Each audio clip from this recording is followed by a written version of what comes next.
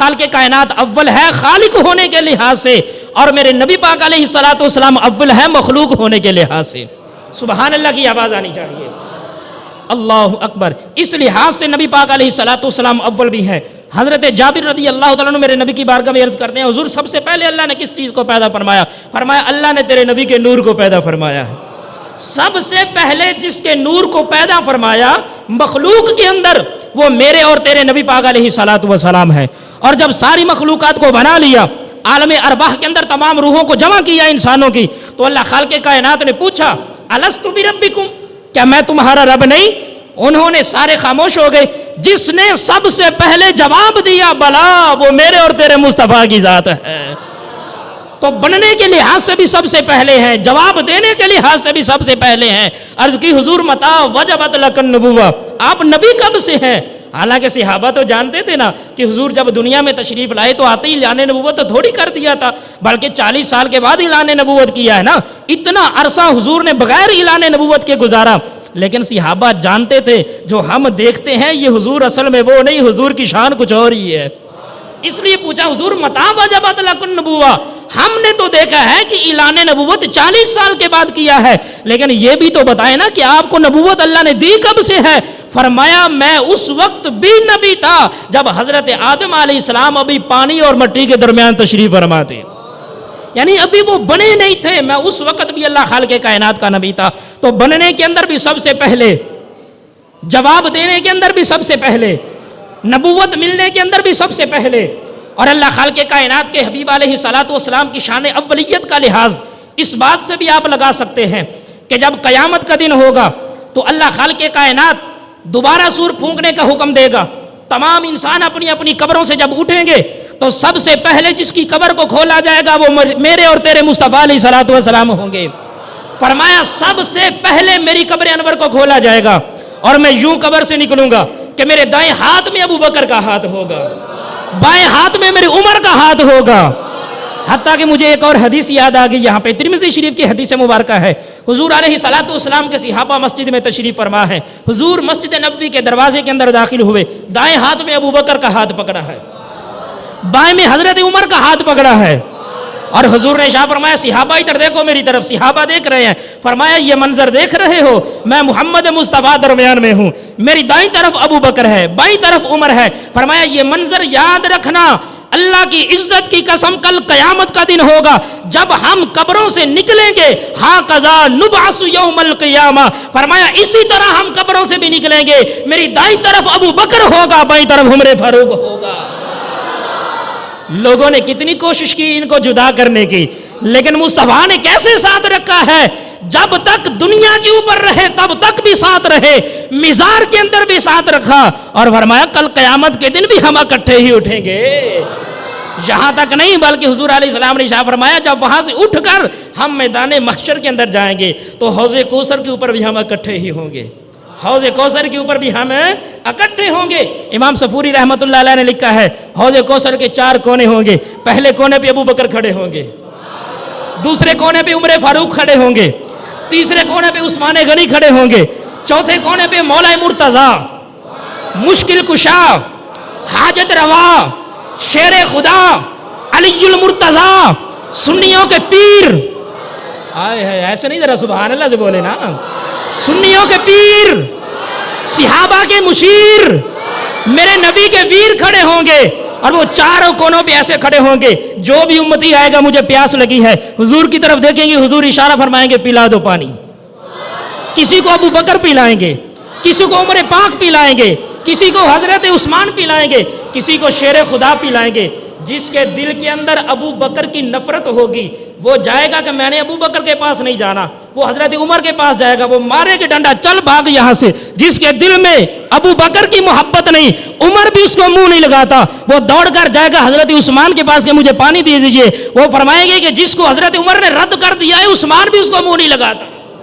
وہ جائے گا میرے دل میں شیر خدا کی بڑی محبت ہے، یہاں سے ضرور مجھے پانی مل جائے گا، وہ فرمائیں گے ارے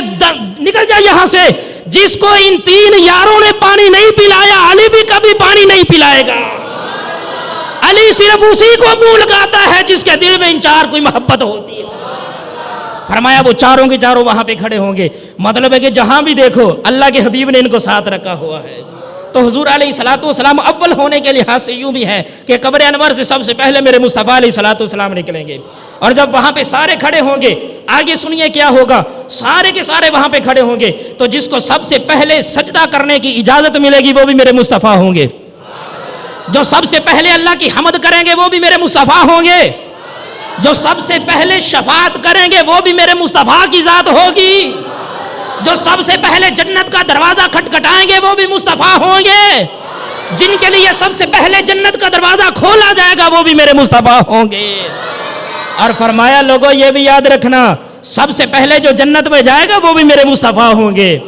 اور امت کے لحاظ سے جو سب سے پہلی امت جائے گی وہ بھی میرے مصطفیٰ کی امت ہوگی. اور ارشاد فرمایا جس کو سب سے پہلے اللہ خالق کائنات نے جمعے کا دن عطا فرمایا وہ بھی میرے مصطفیٰ کی ذات ہے. وگرنہ یہ برکت والا دن, یہ دن پہلے بھی تھے لیکن یہ برکت والا خاص دن اللہ خالق کائنات نے کسی کو عطا نہیں کیا. تو اتنی شانیں میرے نبی پاک علیہ الصلوۃ والسلام کی اولیت کے لحاظ سے ہے. ہر جگہ پہ دیکھیں تو نبی پاک علیہ الصلوۃ والسلام اول نظر آتے ہیں, شان کے لحاظ سے اول نظر آتے ہیں, مقام کے لحاظ سے اول نظر آتے ہیں. مسجد اقصیٰ کے اندر چلے جائیں تو وہاں پہ سارے نبی پیچھے ہیں, حضور آگے نظر آتے ہیں.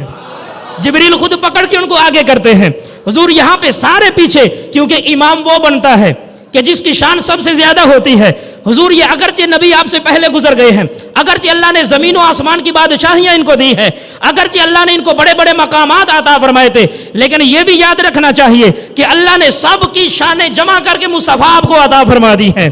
اس لیے آپ کی شان سب سے زیادہ ہے. مصلی امامت میں بھی آپ نے کھڑے ہونا ہے. اس لیے تو ہمارے بزرگان دین فرماتے ہیں کہ نماز اسرا میں تھا یہی سر کہ ایاہ معنی اول و آخر, کہ نبی پاک علیہ الصلوۃ والسلام نے جب مسجد اقصیٰ کے اندر نماز پڑھائی تو اس کے اندر راز ہی یہ تھا تاکہ لوگوں کو پتہ چل جائے کہ نبی پاک علیہ الصلوۃ والسلام کی اول اور شان کیا ہے, اول و آخر کی شان کیا ہے میرے مصطفیٰ علیہ الصلوۃ والسلام کی. کہ نماز اسرا میں تھا یہی سر کہ معنی اول و آخر, ایاہ معنی اول و آخر, کہ دست بستہ ہے پیچھے حاضر جو سلطنت پہلے کر گئے تھے. یعنی جو پہلے اللہ کے نبی گزر گئے ہیں آج وہ بھی حضور کے پیچھے ہاتھ باندھ کے کھڑے ہوئے. اس لیے تو بریلی کے تاجدار نے کہا تھا نا, کیا خبر کتنے تارے کھلے چھپ گئے, تم کیا جانو میرے مصطفیٰ علیہ الصلوۃ والسلام کی شان کو. کہ اللہ کے پہلے نبی آتے تھے, جب تک وہ اعلان نبوت ان کا جاری رہا, وہ دنیا سے تشریف لے گئے تو ان کی نبوت کا سلسلہ اللہ نے منقطع فرما دیا. یعنی اب ان کی امت آگے نہیں چلے گی, اب اس کے بعد نیا نبی آ گیا. لیکن مصطفیٰ علیہ الصلوۃ والسلام جب دنیا سے تشریف لے کر گئے ہیں تو ایک دو دن نہیں, 2-3 سال نہیں, 2-3 صدیاں نہیں, بلکہ فرمایا قیامت تک حضور آپ کی نبوت جاری رہے گی. کیا خبر کتنے تارے کھلے چھپ گئے پر نہ ڈوبے نہ ڈوبا ہمارا نبی. حضور قیامت تک رہیں گے. حضور کی اعلان نبوت اور حضور کا نبوت کا سلسلہ یہ قیامت تک جاری و ساری رہے گا. اس لحاظ سے نبی پاک علیہ الصلوۃ والسلام شان اولیت بھی رکھتے ہیں. اور اتنی شان اولیت ہونے کے بعد میرے نبی پاک علیہ الصلوۃ والسلام آخر بھی ہیں. اتنا اول ہونے کے بعد حضور آخر بھی ہیں. حضور آخر کیسے ہیں وہ بھی سنیے. بننے کے لحاظ سے سب سے پہلے ہیں, دنیا میں ظہور ہونے کے لحاظ سے نبوت کے اندر سب سے آخر ہے, اور سب سے آخر میں نبوت کا تاج حضور کے سر کے اوپر سجایا گیا. اس لیے تو حضور نے ارشاد فرمایا نا, میں اللہ خالق کائنات کا آخری نبی ہوں, انا خاتم النبیین لا نبی بعدی, کہ میں جہاں پہ اول ہوں وہاں پہ یہ بھی یاد رکھنا آخر بھی ہوں, میرے بعد کسی اور نبی نے نہیں آنا. اور اللہ خالق کائنات نے جو سب سے آخری قرآن والی کتاب عطا فرمائی وہ بھی میرے اور تیرے مصطفیٰ کو عطا فرمائی. اور نبی پاک علیہ الصلوۃ والسلام کی شان آخریت کا یہ بھی عالم ہے کہ آقا علیہ الصلوۃ والسلام نے شاہ فرمایا کہ جب سارے قیامت والے دن شفاعت کر کر کے تھک جائیں گے, فرمایا میں اس وقت بھی آخر میں اپنی امتیوں کی شفاعت کرتا رہوں گا, شفاعت کرتا رہوں گا, شفاعت کرتا رہوں گا. حتیٰ کہ جب جہنم میں چلے جائیں گے تو فرمایا اس وقت میں بس نہیں کروں گا بلکہ ان کو وہاں سے بھی شفاعت کر کے نکال کے جنت میں لاتا رہوں گا. تو اتنی شانیں نبی پاک علیہ الصلوۃ والسلام کی اولیت کی بھی ہیں اور آخریت کی بھی ہیں. اس لیے فرماتے ہیں هو الاول والآخر, جہاں پہ یہ اللہ کی حمد ہے وہاں پہ یہ میرے مصطفیٰ کی نعت بھی ہے. اب اس کی آگے دیکھیے, اللہ خالق کائنات نے 2 صفات کو اور ذکر فرمایا. وہ کون سی ہیں؟ هو الظاہر والباطن, کہ وہ ظاہر بھی ہے وہ باطن بھی ہے. اس کے اندر بھی اگر ہم توجہ کریں تو نبی پاک علیہ الصلوۃ والسلام ظاہر کیسے ہیں کہ ان کو اپنے بھی جانتے ہیں, کافر بھی ان کو پہچانتے ہیں, ان کو اپنے بھی جانتے ہیں، کافر بھی ان کو پہچانتے ہیں، کیونکہ قرآن مجید فرقان حمید نے ارشاد فرمایا الذین آتیناہم الکتاب یعرفونہ کما یعرفون ابناءہم، فرمایا یہ جو عیسائی لوگ ہیں، یہ جو یہودی لوگ ہیں، فرمایا میرے نبی کو یوں پہچانتے ہیں جیسے باپ اپنے سگے بیٹے کو پہچانتا ہے۔ اگر 1,00,000 بچوں کو کھڑا کیا جائے، باپ کو کہا جائے کہ جائے درمیان میں آپ کا بیٹا کہیں پہ ہم نے چھپا کے کھڑا کیا ہوا اس کو ڈھونڈ کے لاؤ، تو جتنے بھی بچے ہیں سب کو سائڈ پہ کر دے گا، باپ کبھی بھی بھولے گا نہیں، جا کر درمیان سے اپنے بیٹے کو تلاش کر کے لے آئے گا۔ تو فرمایا یہ کافر میرے مصطفیٰ کو یوں پہچانتے ہیں جیسے باپ اپنے بیٹے کو پہچانتا ہے، حالانکہ بیٹا بھی باپ کو پہچانتا ہے۔ کروڑ باپ کو کھڑا کر دیا جائے، بیٹے کو کہا جائے کہ اپنے باپ کی تلاش کرو، وہ بھی پہچان سکتا ہے، لیکن اس کے باوجود اللہ نے یہ نہیں فرمایا کہ یہ میرے مصطفیٰ کو یوں پہچانتے ہیں کہ جیسے بیٹا باپ کو پہچانتا ہے، نہیں بلکہ فرمایا یوں پہچانتے ہیں جیسے باپ اپنے بیٹے کو پہچانتا ہے۔ اس کی وجہ کیا ہے؟ بزرگان دین فرماتے ہیں اس کی ایک وجہ یہ ہے کہ جو بیٹا ہوتا ہے نا، بیٹا وہ اپنے باپ کو سن سنا کر جانتا اور پہچانتا ہے، سن سنا کر، کہ بیٹے کو نہیں پتا ہوتا کہ میرا باپ کون ہے۔ وہ جیسے ہی تھوڑا سا بڑا ہوتا ہے، والدہ کہتی ہیں بیٹا یہ آپ کا باپ ہے، جی اماں جی مان لیا۔ دادی نے کہا یہ آپ کا باپ ہے، جی دادی جان مان لیا۔ دادا نے کہا بیٹا یہ آپ کا باپ ہے، جی دادا جی مان لیا۔ جو کہتا گیا بیٹا مانتا گیا کہ یہ میرا باپ ہے، سن سنا کر مانتا ہے۔ لیکن اگر باپ کی طرف دیکھیں تو باپ کو کہا جائے کہ تم نے بیٹے کو کیوں مانا ہے، وہ یہ نہیں کہے گا کہ مجھے فلاں نے بتایا ہے یہ تیرا بیٹا ہے، وہ یہ نہیں کہے گا کہ مجھے فلاں نے کہا یہ تیرا بیٹا ہے، نہ بلکہ وہ کہے گا یہ میرا بیٹا ہے، میں اس کو دلیل کے طور پر مانتا ہوں، کیونکہ بیٹا سن سنا کر مانتا ہے لیکن باپ دلیل کے طور پر مانتا ہے۔ اس کو پتا ہوتا ہے کہ اس کی والدہ کے ساتھ میرا نکاح ہوا تھا، یہ کب ہمارے گھر میں تشریف لایا تھا، کون سے ہاسپٹل میں آیا تھا، یا گھر کے اندر ہی اس کی ولادت ہوئی تھی، پیدا ہوتے ہی وہ اس کو پہچانتا تھا، بلکہ پیدا ہونے سے پہلے ہی جب وہ حمل کی صورت میں تھا تب بھی اس کو پہچانتا تھا۔ تو جو باپ ہوتا ہے وہ دلائل کے ذریعے جانتا ہے، لیکن جو بیٹا ہوتا ہے وہ سن سنا کر جانتا اور پہچانتا ہے۔ اللہ نے فرمایا کہ یہ جو لوگ ہیں یہ سن سنا کر میرے مصطفیٰ کو نہیں جانتے بلکہ یہ دلائل کے ذریعے میرے مصطفیٰ کو جانتے ہیں، کیونکہ میں نے ان کی کتابوں کے اندر اپنے مصطفیٰ کے دلائل کو بیان کر دیا تھا کہ آخر الزمان نبی آنے والا ہے، اس کے پیشانے کے اوپر یوں نور چمکتے ہوں گے، وہ جب تشریف لائے گا تو یوں آسمان کے اوپر ستارے چمکا کریں گے، جب وہ میرے مصطفیٰ تشریف لائیں گے تو ان کی مہر نبوت یہاں پہ ہوگی، وہ جب تشریف لائیں گے دنیا کے اندر تو یہ دن ہوگا، یہ مہینہ ہوگا، یہ عجائبات ہوں گے، یہ کرشمات ہوں گے، وہ سارے دلائل کی وجہ سے میرے مصطفیٰ کو پہچانتے ہیں۔ اس لیے فرمایا کہ یہ میرے مصطفیٰ کو بیٹے کی طرح نہیں جانتے بلکہ اپنے باپ کی طرح جیسے باپ بیٹے کو جانتا ہے۔ اس لیے نبی پاک علیہ الصلوۃ، اچھا دوسری وجہ یہ ہے کہ بیٹا جو ہوتا ہے نا، بیٹا وہ اپنے باپ کو بچپن کے اندر ہی نہیں جانتا کہ یہ میرا باپ ہے، وہ جب تھوڑا سا بڑا ہوتا ہے اس کو سمجھ آتی ہے وہ تب جانتا ہے کہ یہ میرا باپ ہے۔ لیکن جو باپ ہوتا ہے وہ بیٹے کو بچپن سے ہی جانتا ہے، کہ جب بچہ بچپن کے اندر ہوتا ہے، پیدا ہوتا ہے پہلے دن کا، وہ تب سے ہی جانتا ہے۔ تو نبی پاک علیہ الصلوۃ والسلام کی شان بھی یہی ہے، فرمایا یہ جو لوگ ہیں انہوں نے تب نہیں جانا کہ جب حضور بڑے ہوئے تھے اور یہ بھی بڑے تھے، حضور نے معجزہ دکھایا تو انہوں نے جان لیا، حضور نے چاند کو توڑا تو انہوں نے پہچان لیا، حضور نے سورج کو موڑا تو انہوں نے جان لیا، حضور نے درختوں سے کلمہ پڑھوایا تو انہوں نے پہچان لیا، حضور نے یہ معجزہ دکھایا تو انہوں نے مان لیا۔ نہیں بلکہ یہ میرے مصطفیٰ علیہ الصلوۃ والسلام جب پیدا ہوئے تھے میں نے تب سے ہی نشانیاں اپنے مصطفیٰ کی یوں بیان کی تھی کہ میرے مصطفیٰ علیہ الصلوۃ والسلام ابھی بچپن کے اندر یہ تب سے میرے مصطفیٰ کو جان لیتے تھے۔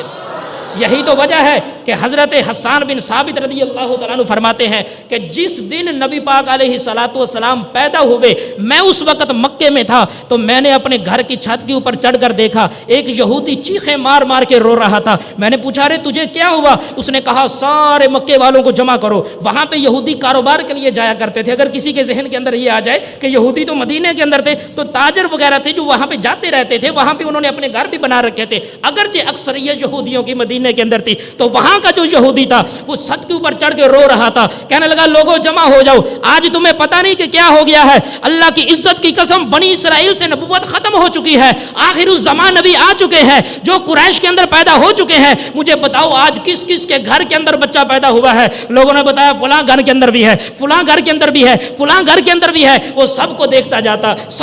جاتا لیکن کہتا یہ وہ نہیں ہے، یہ وہ نہیں ہے۔ لیکن چلتے چلتے جب حضرت عبداللہ کے گھر کے اندر آتا ہے، حضور حضور کے چہرے پہ نظر پڑتی ہے، بے ہوش ہو کے گر جاتا ہے، کہتا اللہ کی عزت کی قسم یہ وہی بچہ ہے کہ جس کو اللہ نے زمین کی بادشاہی بھی دی ہے، آسمان کی بادشاہی بھی دی ہے۔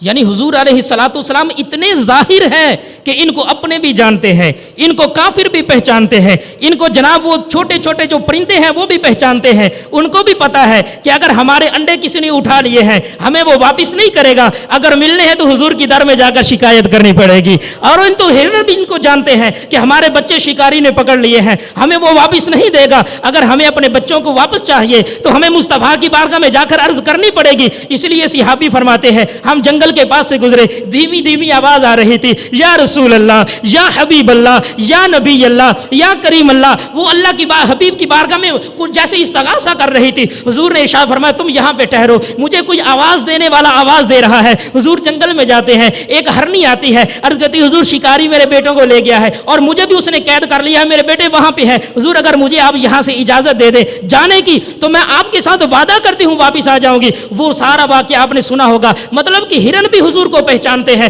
حتیٰ کہ درخت بھی حضور کو جانتے ہیں۔ جس درخت کے نیچے حضور آرام فرماتے ہیں وہ اپنی ٹہنیاں یوں نیچے جھکا لیتا ہے تاکہ حضور کے اوپر سایہ رہے، تاکہ حضور علیہ الصلوۃ والسلام آرام سے لیٹے رہے۔ اگر حضور اشارہ فرماتے ہیں تو وہ درخت خود چل کر حضور کی بارگاہ میں آ جاتا ہے، حتیٰ کہ پتھر بھی حضور کو پہچانتے ہیں۔ حضور نے ارشاد فرمایا کہ میں اس پتھر کو آج بھی جانتا ہوں جو اعلان نبوت سے پہلے میں اس کے پاس سے گزرا کرتا تھا، وہ مجھے کہا کرتا تھا السلام علیکہ یا رسول اللہ۔ حالانکہ ابھی حضور نے اعلان نبوت کیا نہیں ہے، ابھی حضور نے وہ اعلان نبوت فرمایا نہیں ہے، لوگوں کو بتایا نہیں ہے، لیکن یہ پتھر کی شان دیکھیں، یہ پہلے بھی حضور کو جانتا ہے، بعد میں بھی حضور کو جانتا ہے۔ فرمایا وجہ یہ تھی کہ یہ پتھر مجھ سے پیار کرتا تھا، میں اس سے پیار کرتا ہوں۔ اب اس سے آگے سنیے، حضرت علی کی روایت ہے، ترمذی شریف کے اندر موجود ہے، آپ ارشاد فرماتے ہیں کنا مع النبی صلی اللہ علیہ وسلم فی مکہ فخرجنا فی بعض نواحیہا۔ ایک وقت ایسا تھا کہ ہم مکے کے اندر تھے، نبی پاک علیہ الصلوۃ والسلام نے ارشاد فرمایا اے علی آج دل کرتا ہے کہ ہم مکے سے باہر جائیں، ذرا دیکھ کر آئیں باہر کے کیا معاملات ہیں۔ حضور نے میرا ہاتھ پکڑا اور مجھے ساتھ لیا، پھر ایک وقت ایسا آیا حضور نے میرا ہاتھ چھوڑ دیا، میں حضور کے پیچھے پیچھے غلاموں کی طرح جا رہا ہوں، حضور آگے آگے جا رہے ہیں۔ جب ہم مکے سے باہر نکلتے ہیں فَمَسْتَقْبَلَهُ شَجَرٌ وَلَا حَجَرٌ إِلَّا وَهُوَ يَقُولُ السَّلَامُ عَلَيْكَ يَا رسول اللہ۔ حضرت علی فرماتے ہیں اللہ کی عزت کی قسم، پہلے تو وہ باتیں تھی کہ حضور سنا کرتے تھے، نہ حضرت علی فرماتے ہیں میں نے خود سنا، حضور جس پتھر کے پاس سے گزرتے ہیں وہ کہتا ہے السلام علیکہ یا رسول اللہ، جس درخت کے پاس سے گزرتے ہیں وہ درخت کہتا ہے السلام علیکہ یا رسول اللہ، جس پہاڑ کے پاس سے گزرتے ہیں وہ پہاڑ کہتا ہے السلام علیکہ یا رسول اللہ۔ حتیٰ کہ حضرت علی نے قید لگا دی فَمَسْتَقْبَلَهُ شَجَرٌ وَلَا حَجَرٌ إِلَّا وَهُوَ يَقُولُ السلام علیکہ یا رسول اللہ۔ فرماتے ہیں کوئی ایک پتھر بھی ایسا نہیں تھا، کوئی ایک درخت بھی ایسا نہیں تھا جس کے پاس سے میرے نبی گزرے ہو اور حضور کو اس نے سلام نہ کیا ہو۔ وہ فرماتے ہیں حضور ان کا جواب دیتے گئے، میں سن کر اپنے سینے کو شاد کرتا گیا۔ تو حضور اتنے ظاہر ہیں کہ ان کو جانور بھی جانتے ہیں، ان کو جناب یہ چرند پرند بھی پہچانتے ہیں اور ان کو اونٹ بھی جانتے ہیں، حتیٰ کہ آسمان پہ چمکنے والا سورج بھی جانتا ہے کہ میں یہاں پہ غروب تو ہو چکا ہوں لیکن اب حضور کا اشارہ ہو چکا ہے، مجھے واپس آنا پڑے گا۔ ارے ان کو تو وہ چاند بھی جانتا ہے کہ اگرچہ میں کروڑوں میل کی بلندی پہ رہنے والا ہوں، اگرچہ میری اتنی زیادہ شان ہے کہ میں ساری دنیا کو منور کرنے والا ہوں، لیکن چاند کو یہ بھی پتا ہے کہ مجھے جو نور ملا ہے وہ اسی نور والے آقا کا صدقہ ملا ہے۔ اس لیے جب حضور نے اشارہ فرمایا تو اس کا سینہ بھی چاک ہو کر حضور کی بارگاہ میں حاضر ہو گیا۔ ارے حضور کی شان کیا جانتے ہو، حضور کی شان کیا پہچانتے ہو، حضور کو تو ہر چیز جانتی ہے اور ہم حضور کے بارے میں اتنا جانتے ہیں، اتنا پہچانتے ہیں، حضور اتنے حاضر ہیں کہ حضور پیدا کب ہوئے ہمیں وہ بھی پتا ہے، دودھ کس کا پیا ہم وہ بھی جانتے ہیں، کن کن ماؤں کا دودھ پیا ہم یہ بھی جانتے ہیں، کہاں پہ پرورش پائی ہمیں یہ بھی پتا ہے، بچپن کے اندر کیا ہوا ہمیں یہ بھی پتا ہے، معجزات کیا تھے ہمیں یہ بھی پتا ہے، مکے میں کیا ہوتا رہا ہمیں یہ بھی پتا ہے, مدینے میں کیا ہوتا رہا ہمیں یہ بھی پتا ہے, ارے ہمیں یہ بھی پتا ہے کہ حضور علیہ السلام کھانا کیسے کھاتے تھے, ہمیں یہ بھی پتا ہے حضور پیتے کیسے تھے, ہمیں یہ بھی پتا ہے حضور کا اٹھنا کیسا تھا, ہمیں یہ بھی پتا ہے حضور کا چلنا کیسا تھا, ہمیں یہ بھی پتا ہے حضور کی ازواج کتنی تھی, ہمیں یہ بھی پتا ہے حضور کی اولاد کتنی تھی, ہمیں یہ بھی پتا ہے حضور کے صحابہ کتنے تھے, ہمیں یہ بھی پتا ہے حضور کی وفات کب ہوئی تھی, ہمیں سارا کچھ پتا ہے, حتیٰ کہ بچپن سے لے کر ان کی وفات تک ہم سارے کے سارا جانتے ہیں. لیکن اس کے باوجود حضور فرماتے ہیں کہ تم نے میرا بچپن بھی دیکھا ہے, میری جوانی بھی دیکھی ہے, میرا بڑھاپا بھی دیکھا ہے, میرے معجزات بھی دیکھے ہیں, انگلی کا اٹھنا بھی دیکھا ہے, تم نے درختوں کا کلمہ پڑھنا بھی دیکھا ہے, شجر و حجر کا آنا بھی دیکھا ہے, تم نے میرے صحابہ کی جان نثاری کو بھی دیکھا ہے. لیکن اتنا کچھ جاننے کے باوجود میں محمد مصطفیٰ قسم اٹھا کے کہتا ہوں کہ نبی پاک نے ارشاد فرمایا ہے, میں محمد مصطفیٰ اللہ کی قسم اٹھا کے کہتا ہوں والذی بعثنی بالحق لم یعلمنی حقیقتا سوا ربی. اے ابو بکر اللہ کی عزت کی قسم, تم نے بچپن سے لے کر آج تک میرے ساتھ رہے ہو, میرا چلنا پھرنا اٹھنا بیٹھنا ہر چیز کو جانتے ہو, لیکن اللہ کی عزت کی قسم اٹھا کے کہتا ہوں میری حقیقت کو میرے رب کے علاوہ آج تک کسی نے نہیں جانا. اللہ, یعنی اتنے ظاہر ہیں حضور, اتنے ظاہر ہیں, اتنے ظاہر ہیں کہ بچپن سے لے کر ان کی وفات تک ہر چیز ہمارے سامنے ہے, لیکن باطن اتنے ہیں پھر بھی فرماتے ہیں کہ میری حقیقت کو کوئی نہیں جانتا, میری حقیقت کو کوئی نہیں پہچانتا. ابو بکر ساری زندگی حضور کے ساتھ رہے لیکن حضور کی حقیقت نہیں پہچانتے, عمر ساری زندگی حضور کے ساتھ رہے لیکن حضور کی حقیقت نہیں پہچانتے. ازواج مطہرات رات کے اندھیرے میں حضور کے ساتھ رہی, انہوں نے رات کے اندھیرے میں ہونے والی عبادات کو بھی دیکھا. صحابہ دن کے اجالے میں حضور کے ساتھ رہے, حضور کی عبادات کو دن کے اجالے کے اندر دیکھا, لیکن پھر بھی فرماتے ہیں میری حقیقت کو کوئی نہیں جانتا. وجہ کیا ہے؟ شیخ محقق فرماتے ہیں لوگوں یاد رکھنا, اللہ نے اپنے نبی کے چہرے کے اوپر 70,000 نور کے پردے ڈالے ہیں. جس طرح سورج ہمارے اوپر چمکتا ہے, فل گرمی کا موسم ہو, سورج چمک رہا ہو, سورج کو کوئی آنکھ بھر کے دیکھ نہیں سکتا, اس کی آنکھیں چندیا جاتی ہیں, اس کو کوئی دیکھ نہیں سکتا, اس کی حقیقت کو معلوم نہیں کر سکتا. فرمایا یاد رکھنا میرے مصطفیٰ کے چہرے کے اوپر بھی اللہ نے 70,000 پردے ڈال دیے ہیں. جس طرح سورج کو کوئی آنکھ بھر کے نہیں دیکھ سکتا, میرے مصطفیٰ کے چہرے کو بھی کوئی آنکھ بھر کے نہیں دیکھ سکتا. 70,000 پردے ڈالنے کی وجہ یہی تھی کہ اتنا نور ہے, اتنا نور ہے, اتنا نور ہے کہ اگر پردے اٹھ جاتے تو کسی صحابی کی آنکھ میں وہ طاقت نہیں تھی کہ حضور کے چہرے کو دیکھا جا سکتا, کسی صحابی کے اندر وہ طاقت نہیں تھی. یہاں سے میں ایک چھوٹی سی بات عرض کرنا چاہتا ہوں. حضرت موسیٰ علیہ السلام ہے, اللہ کی بارگاہ میں دعا کرتے ہیں ربی ارینی, مولا میں تجھے دیکھنا چاہتا ہوں. فرمایا پیارے کلیم تو مجھے نہیں دیکھ سکتا, تو مجھے نہیں دیکھ سکتا, اتنی تیری آنکھ کے اندر طاقت نہیں ہے. عرض کی پھر بھی مولا میں تجھے دیکھنا چاہتا ہوں, تھوڑا سا دکھا دے. فرمایا اچھا یہ بات ہے تو پھر پہاڑ کے اوپر دیکھنا, میں نور کی تجلی ڈالوں گا, اگر تم نے برداشت کر لیا نور کی تجلی کو تو پھر میں تجھے اپنا دیدار بھی کروا دوں گا. موسیٰ علیہ السلام پہاڑ کو دیکھتے ہیں, جب پہاڑ پہ نظر جاتی ہے تو وہ نور کی تجلی آتی ہے, پہاڑ سے ٹکرا کر موسیٰ علیہ السلام کی آنکھوں میں آتی ہے تو وہ مدہوش ہو کے گر جاتے ہیں, اللہ کے عشق کے اندر مدہوش ہو جاتے ہیں, زمین پہ تشریف لے آتے ہیں, پہاڑ ریزہ ریزہ سرمے کی طرح باریک ہو جاتا ہے. لیکن جب ہوش آتی ہے تو حضرت موسیٰ علیہ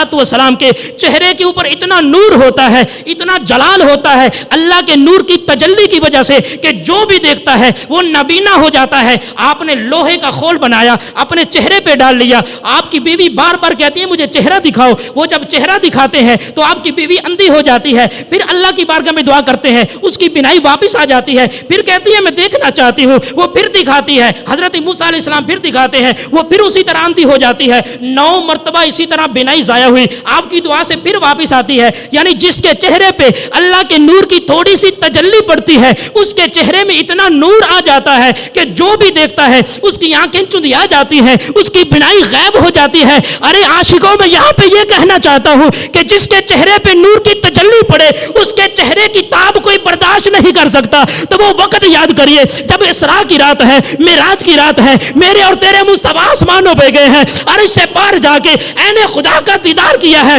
خدا کو دیکھ کر واپس آئے ہیں، تو جس نے جاگتی آنکھوں سے خدا کے نور کو دیکھا ہوگا اس کے چہرے پہ پھر کتنے انوار ہوں گے، کون ان چہروں کے انوار کو برداشت کر سکے؟ اسی لیے فرمایا ہم نے اس چہرے کے اوپر 70,000 پردے ڈال دیے ہیں تاکہ یہ نہ ہو کہ یہ ساری کائنات ان نور کے جلووں کی وجہ سے راک ہو جائے، اس لیے ہم نے نور کے پردے ڈالے ہیں تاکہ حضور کا دیدار بھی ہوتا رہے، خدا کی پہچان بھی ہوتی رہے۔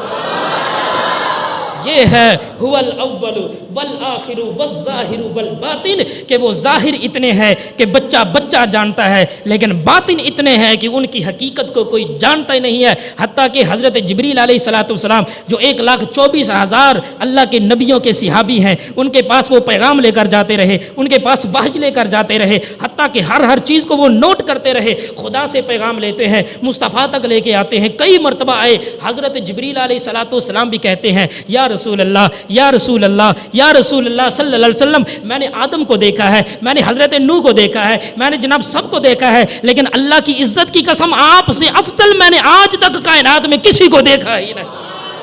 اللہ اکبر۔ تو اسی سب سے افضل کائنات کے اندر آنے والے امام الانبیاء علیہ السلام کے میلاد شریف کا مہینہ ہے۔ انشاءاللہ اگلے جمعۃ المبارک کے اندر فجر کی نماز کے بعد ہمارا جو سالانہ پروگرام ہوتا ہے اس پروگرام کو بھی سماعت فرما لے کہ کون تشریف لا رہے ہیں۔ ہمارے انشاءاللہ اس پروگرام کے اندر خصوصی خطاب کے لیے حضرت علامہ مولانا عمیر صاحب تشریف لائیں گے اور وہ انشاءاللہ خوبصورت بیان بھی فرمائیں گے۔ تمام احباب اس کے اندر بھی شرکت فرمائیے گا، اور جن احباب نے چندے کے اندر حصہ ڈالنا ہے